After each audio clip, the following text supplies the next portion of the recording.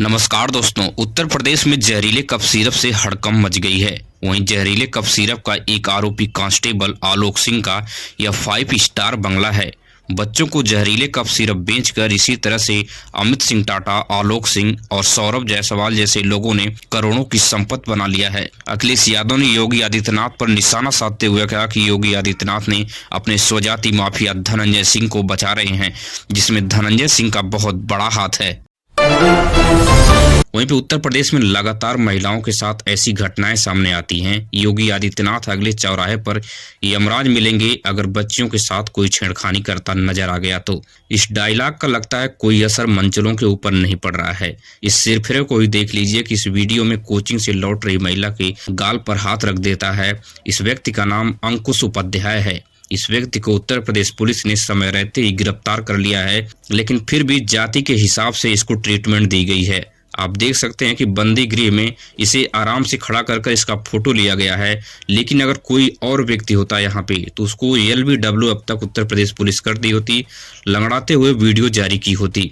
इसलिए घर से निकलते समय बहुत सावधानी से अपने घर से निकलें, क्योंकि उत्तर प्रदेश में इस प्रकार की घटनाएं बहुत तेजी से बढ़ती नजर आ रही हैं। योगी आदित्यनाथ की डायलॉगबाजी बिल्कुल भी काम नहीं कर रही है। वहीं पे आम आदमी पार्टी के राज्यसभा सांसद संजय सिंह ने सबसे बड़ा खुलासा किया है। संजय सिंह ने कहा कि लश्कर तैयबा का आतंकवादी जम्मू कश्मीर में बीजेपी माइनॉरिटी सेल का अध्यक्ष रह चुका है। बीजेपी के इस आतंकवादी कनेक्शन के बाद बीजेपी में हड़कंप मच चुका है। वहीं देश में अमीरों और गरीबों के बीच की खाई बहुत गहरी होती जा रही है। देश में अमीरी गरीबी की खाई लगातार बढ़ती जा रही है। एक रिपोर्ट के अनुसार देश में 40% संपत्ति पर सिर्फ 1% अमीरों का कब्जा हो चुका है।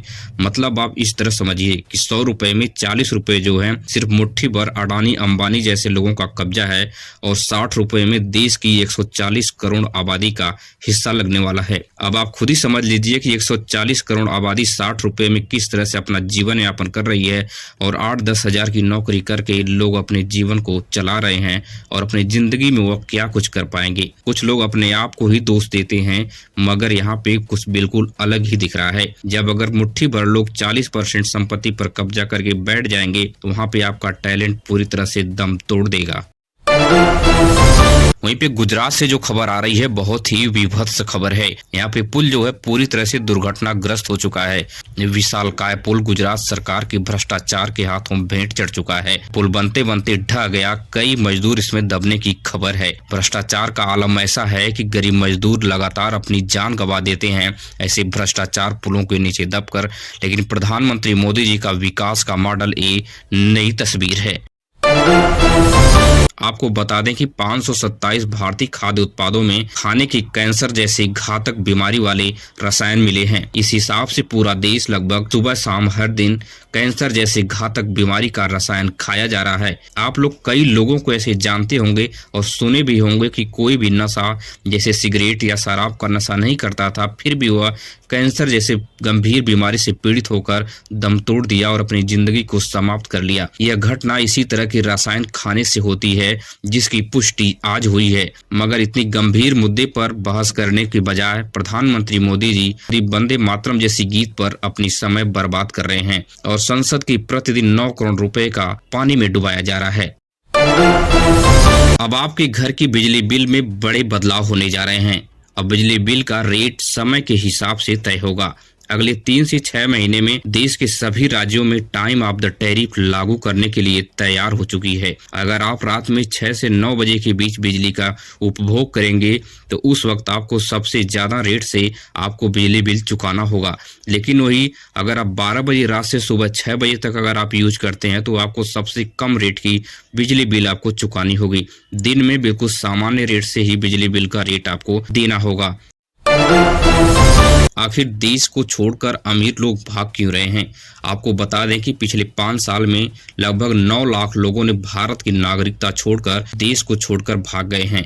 अब आप खुद समझ सकते हैं कि 9 लाख वो अमीर लोग हैं, कोई गरीब देश छोड़कर नहीं गया है। लेकिन 9 लाख अमीर लोग क्यों देश छोड़कर भाग रहे हैं? इसकी सबसे बड़ी समस्या यह है कि भारत में कई प्रकार की सिक्योरिटी लैप्स देखी गई है और भारत में प्रदूषण जैसी गंभीर बीमारी के ऊपर कोई भी चर्चा संसद में नहीं हो रही है। अब आप दिल्ली का AIQ देख लीजिए, यहाँ पे 400 के पार चला गया है, लगभग आज 650 के आसपास नजर आ रहा है। इतनी गंभीर जहरीली हवा होने के बाद कौन यहाँ पे रहना चाहेगा। इसलिए अमीर लोग तो पैसे वाले हैं, इसलिए अब देश छोड़कर यहाँ से भाग जा रहे हैं। पिछले 5 साल में बहुत बड़े पैमाने पर पलायन हुआ है। 2022 के बाद लगातार देश की नागरिकता छोड़ने वालों की संख्या बढ़ती गई है और अब 9 लाख तक पहुंच चुकी है। अब सबसे बड़ी खबर निकल के यह आ रही है कि अमेरिका और वेनेजुएला के बीच में युद्ध शुरू हो गया है। वेनेजुएला के रक्षा मंत्री ने सख्त लहजे में चेतावनी दी है, ट्रंप मनमानी से अगर बाज नहीं आए तो वेनेजुएला की आर्मी इन्हें सख्त लहजे में जवाब देने का काम करेगी, बॉडी बैग और ताबूतों में घर भेजने का काम करेगी। वहीं पे ट्रंप ने वेनेजुएला के ऊपर हमला करना शुरू कर दिया है। अभी कुछ ही दिन पहले एलोन मस्क ने चेतावनी दिया था कि दुनिया कुछ ही दिन में परमाणु युद्ध का वह मंजर देखेगी जहां से दुनिया से बड़े बड़े देश के नक्शे दुनिया के नक्शे से मिट जाएंगे।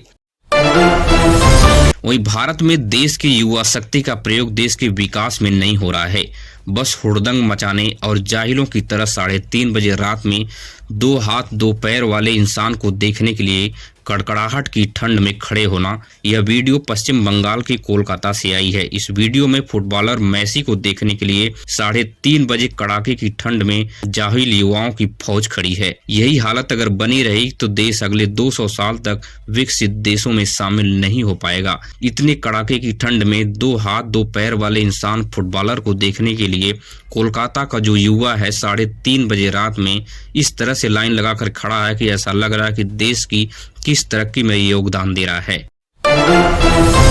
वहीं पे एक बार फिर प्रधानमंत्री मोदी ने संसद की कीमती समय को छोड़कर, जहां पे हर रोज 9 करोड़ रुपए संसद के ऊपर खर्च होते हैं, प्रधानमंत्री मोदी ने 3 देशों का चक्कर लगाने के लिए निकल चुके हैं। अगले 2 दिन तक वह 3 देशों का वास्को डिगामा की तरह चक्कर लगाते रहेंगे। इस तरह से चक्कर लगाते लगाते देश की रुपया को लुटिया डुबा चुके हैं। छोटे छोटे मैक्सिको जैसे देश भारत के ऊपर 50% की टैरिफ ठोक दे रहे हैं। प्रधानमंत्री मोदी बस वास्को डिगामा की तरह दुनिया का भ्रमण कर रहे हैं।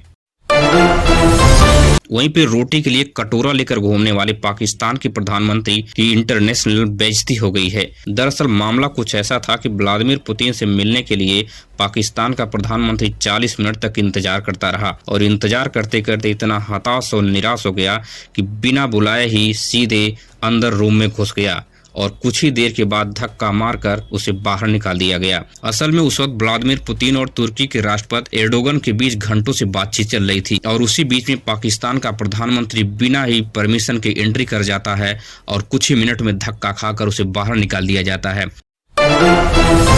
वहीं पे अखिलेश यादव ने कोरोना वैक्सीन को लेकर प्रधानमंत्री मोदी के ऊपर बड़ा हमला बोला है। अखिलेश यादव उस वक्त कोरोना के समय में वैक्सीन लगाने से मना कर दिया था, तब बीजेपी के लोगों ने अखिलेश यादव के ऊपर तंज कसते हुए बुरे भले शब्दों का प्रयोग किए थे। लेकिन आज जब प्रधानमंत्री मोदी ने खुद इस बात की कबूल की है कि कोरोना वैक्सीन से लकवे जैसी घातक बीमारी हो सकती है, अब सबकी जान खतरे में पड़ चुकी है, मगर प्रधानमंत्री मोदी जरूरी मुद्दों पर चर्चा करने के बजाय संसद छोड़कर 3 दिन के लिए विदेश घूमने निकल गए हैं। वास्को डिगामा का चक्कर लगाना इनके लिए ही सबसे जरूरी बात है।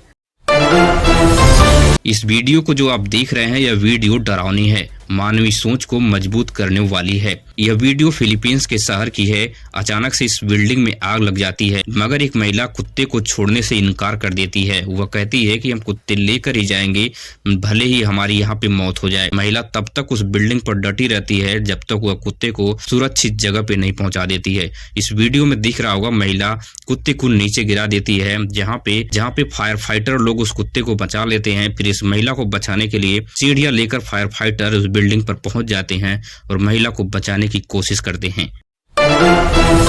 वहीं पे अगर आप 5 साल आरडी करते हैं पोस्ट ऑफिस में, तो अगले 5 साल में आपको 9,27,000 मैच्योरिटी के साथ आपको मिलने वाला है। बस रोजाना आप 400 रुपए की बचत कीजिए और अपने जीवन को सिक्योर बनाइए। वहीं पे आधार कार्ड और पैन कार्ड को लिंक करने की जो तिथि है 31 दिसंबर तक की तय कर दी गई है। अगर तब तक आप आधार कार्ड और पैन कार्ड को लिंक नहीं कराते, आपको लेन देन में काफी परेशानियों का सामना करना पड़ सकता है। इसलिए अपने आधार कार्ड और पैन कार्ड को 31 दिसंबर तक लिंक करा लीजिए। अगर आपने हमारी वीडियो तक यहाँ तक देख लिया, इसके लिए आपको दिल से शुक्रिया। अगर आप डेली देश और दुनिया से संबंधित खबरों को देखना चाहते हैं तो हमारे इस चैनल को सब्सक्राइब कीजिए और अपने दोस्तों रिश्तेदारों तक वीडियो को शेयर कीजिए। धन्यवाद।